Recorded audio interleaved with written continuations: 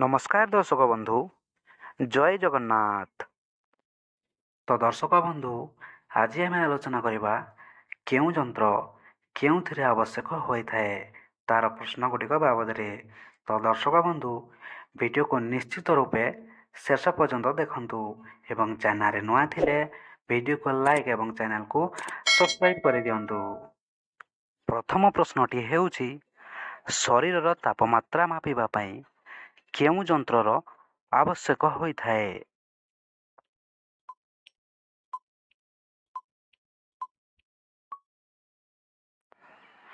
ଏହି ପ୍ରଶ୍ନର ସଠିକ୍ ଉତ୍ତରଟି ହେଉଛି ଥର୍ମୋମିଟର।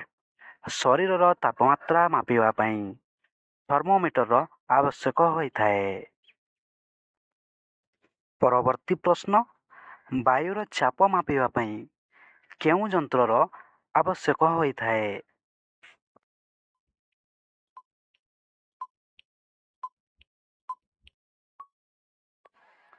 ଏହି ପ୍ରଶ୍ନର ସଠିକ୍ ଉତ୍ତରଟି ହେଉଛି ବାରୋମିଟର। ବାୟୁର ଚାପ ମାପିବା ପାଇଁ ବାରୋମିଟର ଯନ୍ତ୍ରର ଆବଶ୍ୟକ ହୋଇଥାଏ। ପରବର୍ତ୍ତୀ ପ୍ରଶ୍ନ, ବିଦ୍ୟୁତ୍ ସ୍ରୋତ ମାପିବା ପାଇଁ କେଉଁ ଯନ୍ତ୍ରର ଆବଶ୍ୟକ ହୋଇଥାଏ?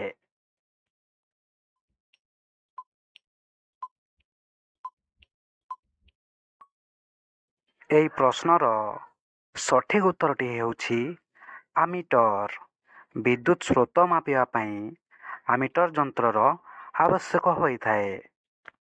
ପରବର୍ତ୍ତୀ ପ୍ରଶ୍ନ, ତାପର ପରିମାଣ ମାପିବା ପାଇଁ କେଉଁ ଯନ୍ତ୍ରର ଆବଶ୍ୟକ ହୋଇଥାଏ?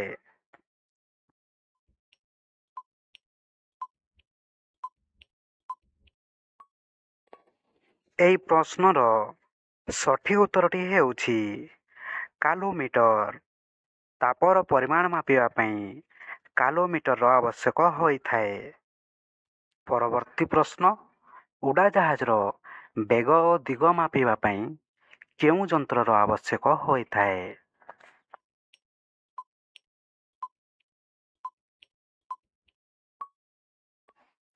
ଏହି ପ୍ରଶ୍ନର ସଠିକ୍ ଉତ୍ତରଟି ହେଉଛି ରୋଡାର। ଉଡ଼ାଜାହାଜର ବେଗ ଓ ଦିଗ ମାପିବା ପାଇଁ ରୋଡାର ଯନ୍ତ୍ରର ଆବଶ୍ୟକ ହୋଇଥାଏ। ପରବର୍ତ୍ତୀ ପ୍ରଶ୍ନ, ନିମ୍ନ ବିଦ୍ୟୁତ୍ ସ୍ରୋତ ଜାଣିବା ପାଇଁ କେଉଁ ଯନ୍ତ୍ରର ଆବଶ୍ୟକ ହୋଇଥାଏ?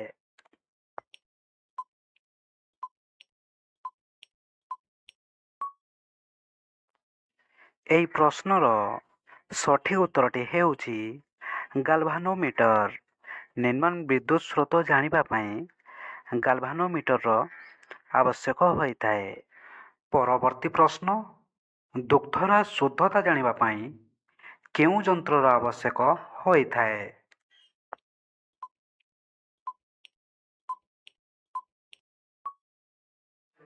ଏହି ପ୍ରଶ୍ନର ସଠିକ୍ ଉତ୍ତରଟି ହେଉଛି ଲାକ୍ଟୋମିଟର। ଦୁଗ୍ଧର ଶୁଦ୍ଧତା ଜାଣିବା ପାଇଁ ଲାକ୍ଟୋମିଟର ଯନ୍ତ୍ରର ଆବଶ୍ୟକ ହୋଇଥାଏ।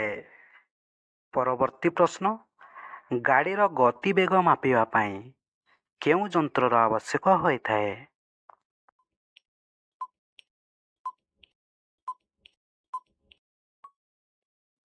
ଏହି ପ୍ରଶ୍ନର ସଠିକ୍ ଉତ୍ତରଟି ହେଉଛି ସ୍ପିଡୋମିଟର। ଗାଡ଼ିର ଗତିବେଗ ମାପିବା ପାଇଁ ସ୍ପିଡୋମିଟର ଯନ୍ତ୍ରର ଆବଶ୍ୟକ ହୋଇଥାଏ। ପରବର୍ତ୍ତୀ ପ୍ରଶ୍ନ, ହୃତ୍ସ୍ପନ୍ଦନ ଓ ଗତି ଜାଣିବା ପାଇଁ କେଉଁ ଯନ୍ତ୍ରର ଆବଶ୍ୟକ ହୋଇଥାଏ?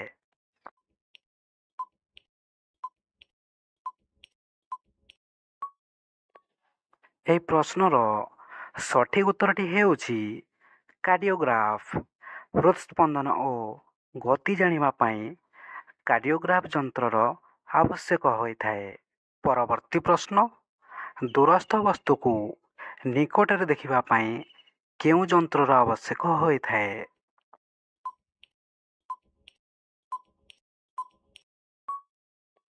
ଏହି ପ୍ରଶ୍ନର ସଠିକ୍ ଉତ୍ତରଟି ହେଉଛି ବାଇନାକୁଲାର।